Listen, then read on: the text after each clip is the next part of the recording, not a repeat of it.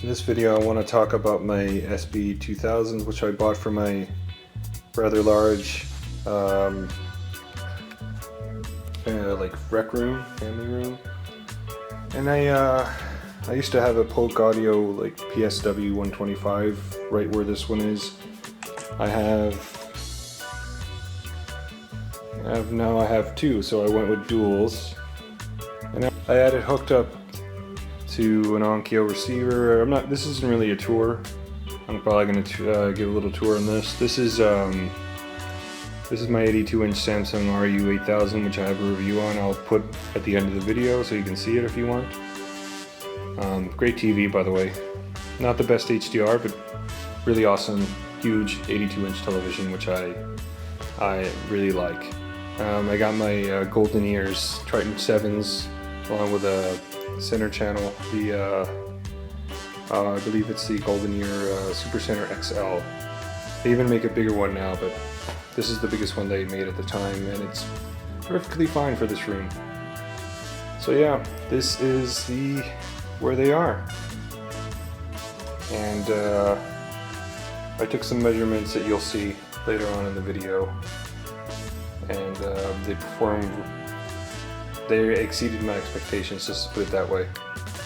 This is how they look without the little, without their metal grids, which I love. They look very similar to my BB-3000s. I like the metal grill look. I always leave them on because I don't want the kids to mess with the driver. Now in this room I kind of wanted to go with something a little smaller.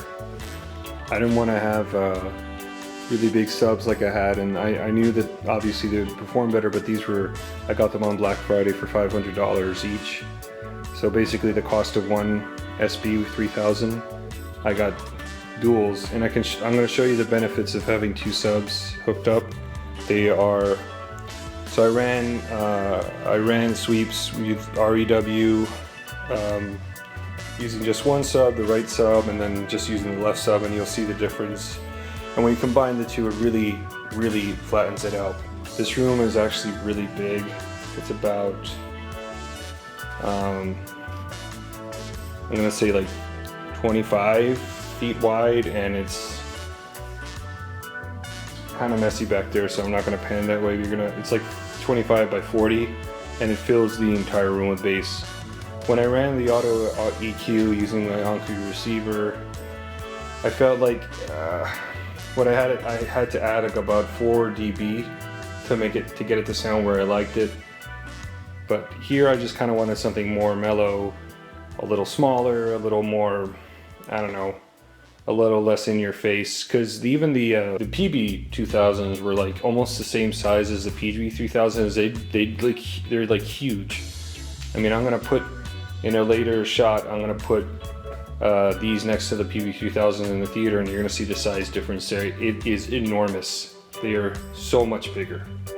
So it's something you got to be aware that when you're getting a ported SVS sub, you got to be aware that they're really big. The sealed boxes are much smaller. They actually extend. So you're losing about maybe 5 to 10 dB overhead, but you're gaining extension down to, I mean, when you see the graph, it goes to 10 hertz, like straight line in this room, which is incredible. This is I took these measurements in the room where these subs are going to go, in my rec room. This green line is the SB-2000 with the right on by itself. As you can see, it's pretty flat. It's got some dips, but this could probably correct it with either adding another sub or some EQ. But as you can see, I'm going to show you later that with adding the dual sub, the extra sub on the left, it actually flattens everything out and corrects all this. Output is very strong. I mean, so it loses a bit of steam at about 18 hertz, but it's pretty flat. I mean, yeah, you're losing some output, but it actually, you're still at 83 dB at 10 hertz, which is pretty awesome. So now I'm going to show you So this is the SB-2000 on the left. It doesn't do as well as the right one. It's got this really big dip here. Honestly, you know, I think when they're this close together, it's probably not that, it's not audible. Maybe that's not the right word, but this isn't really a big problem when it's such a steep drop. If it's a bigger valley, kind of like more like this one, that's something you'd want to address. But see how the left one kind of compensates and overlaps it and helps it out. And same goes for this dip here for the right sub. It kind of like overlaps it a bit, so it probably fills it in. And same goes for here, where the right sub falls flat, the left sub kind of kicks in and helps out. Again, output's also very strong. It actually a little higher for the left sub. So let me show you what I had there before, so you kind of get an idea. I had Polk Audio PSW 125. This is on the right, this is where it always was. It was always on the right. It, you know, it plays pretty strong. I'm going to put the right one of the SB-2000 so you can have something to look at to compare it. It outputs higher because this is a ported sub, and it looks like it's tuned to kind of give your highest output at almost like 45 hertz, which is fine. A lot of LFE effects occur around here. You know, for most people, this is pretty good. You know, you're getting a lot of output just out of one sub. And you know, you get a nice little bump here at output at around 30 hertz, which is nice. So this is fine. You're even getting at 12 hertz, you're getting something here, but still, look at the difference here between subs. So let me show you what dual SB-2000s looks like. This is why duals is so important. And if you can do duals, this is the way to go. So I'm going to show you, I'm going to take away this Polk. And look at that. Look at the difference. So you're getting much more output. Well, not much more, but a good amount more. And you're getting, you know, about the same amount of extension all through. But look at all the dips. It's all pretty flat. It's all been flattened out. It's honestly really great. I can't be happier. And honestly, I am not missing the DSPs for at least. So I'm happy with these results. And I probably, you know, even if I had the DSPs, there wouldn't be a lot of EQ that I could do, or you know, honestly, I'm happy with this. And so I'm gonna probably take you into the theater room where I'm gonna do the rest of my testing. Okay, so this gives you a really good view of the size difference. You got the PB-3000s on the bottom and the SB-2000s. And here's kind of like a side view. They're very small. Here's the other side. So I'm basically I'm not gonna pull the PB-3000s out of the room because they weigh almost 90 pounds. I'm gonna slide them to the front, like put them right in front of this chair. I don't think it's gonna affect sound, and if it does, it'll be negligible. So I'm gonna put the SB-3000s where the PB-3000s are and move the PBs forward. And it should be just fine. So there they are again. I'm going to put them next to them so you can kind of see. There they are. Grill's off. You can, you know, the driver and the PB 3000s is noticeably bigger, but yeah, there it is without the grill.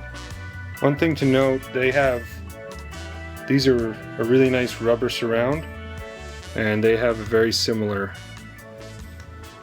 say maybe the PBs are slightly thicker, but they have a different woofer design. It has the SVS logo. This is the PB. The SVS logo's on the SB as well, which is nice. I think the 1000 series doesn't have that, so I'm glad they kept the logo on these. The only bummer is the little light there that shines red when it's in standby mode and green when it's powered on. Here's the back panel of the SB-3000. You got your volume, phase control, which I have set to 0 phase. You can go from 0 to 180, and crossover point, I have it set to the LFE point, which is the which would be the maximum here. You have a trigger input, which is kind of cool. I don't use that though. And auto standby, or just plain on all the time. I have mine set to auto. And you have some line level ins and outs. I just connected to the LFE input, which is the one on the right, the red one on the right. And you got your power and AC cord input there. Yeah, so now you can see SB-2000s are have very big shoes to fill. So I got that one over there. Yeah, let's see how they perform. So in order to get kind of like a baseline of what I'm currently working with, to see how well the SB-2000s perform, then I'm going to just measure the PB-3000s without any EQ, because and no phase, not messing with phase, no EQ, to kind of keep it level at a level playing field, because the SB-2000s cannot, they don't have a DSB, so it's kind of unfair that I can perform EQ on the PB-3000s. So I just kind of want to keep it at the same feature set, that way it's fair. Alright, so this is the PB-3000s with no EQ and no phase. Still pretty good, but not as good. So now I'm going to bring in the SB-2000s now. Okay, so I just plugged in the SB-2000s, so let's take a measurement.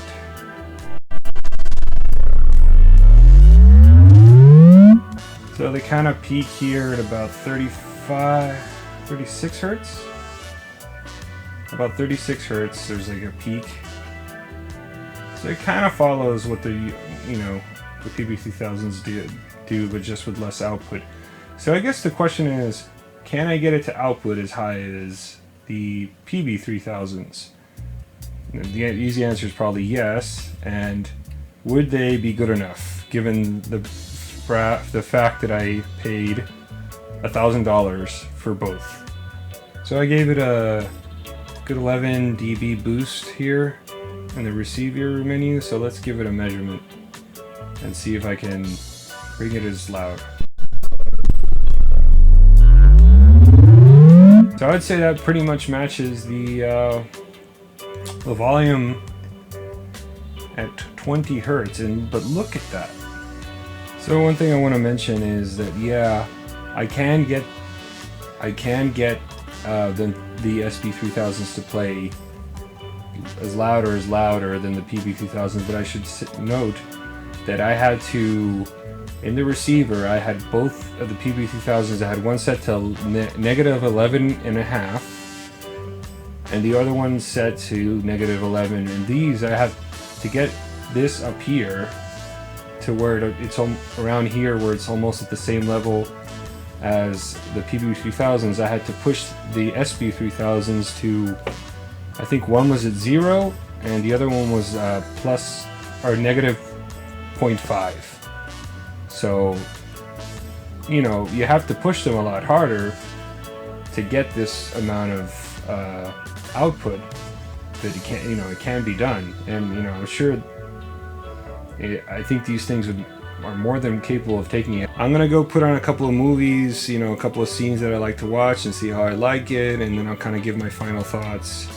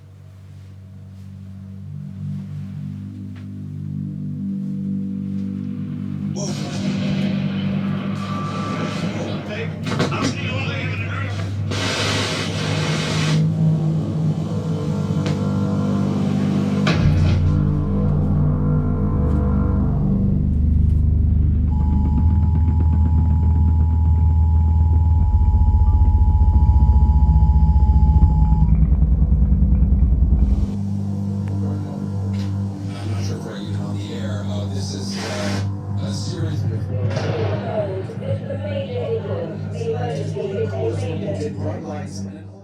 So my final thoughts on the SB-2000s is they're really great. I think they exceeded my expectations. When I ran them in the main home theater room, I kind of had them at a volume.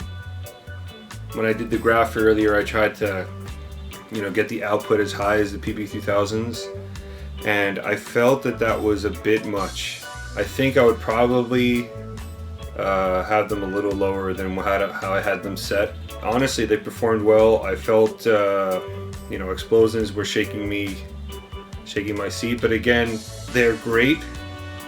Honestly, the PB-2000s are obviously better. A good analogy would be like, you got a turbo 4-cylinder engine in a car that's like really stressed, but then you got a V8 that's like under stressed, maybe. So it's like the PB-3000s, give you the same output, but it's like effortless. And in a way, when I felt like explosions and like LFE effects, the initial punch was like more visceral in a way. It felt harder in my seat. I felt the SB-3000s were shaking the seat and everything, but it just didn't have that initial thump that you would get from the PBs. But yeah, awesome subs for the money. They are incredible. If you can find them, if they ever go on sale again for $500, they're an awesome deal. I can't recommend them enough. So yeah, I hope you enjoyed the video. Please like and subscribe if you haven't done so already, and please, feel free to comment. I might not have said everything that there is to say about the subs, and if you have any questions, maybe I can answer them in the comments. So yeah, take it easy.